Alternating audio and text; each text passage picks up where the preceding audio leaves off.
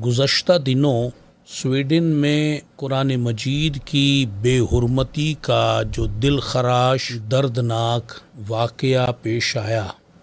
और उस पर पूरी उम्मत मुस्लिमा सरापा एहतजाज है, उसकी हम भी पुरज़ोर मज़म्मत करते हैं। हम अपनी हुकूमत से भी और दीगर वो हुकूमतें जहाँ मुसलमानों की हुकूमत है उनसे ये पुरज़ोर मुतालबा भी करते हैं कि वो ठोस अक़दाम उठाएं कि जिससे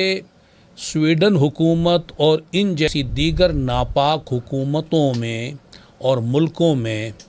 ऐसी जुर्रत दोबारा कोई न कर सके और जिसने ये नापाक काम किया है उसे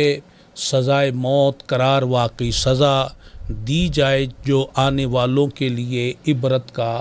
नमूना बने।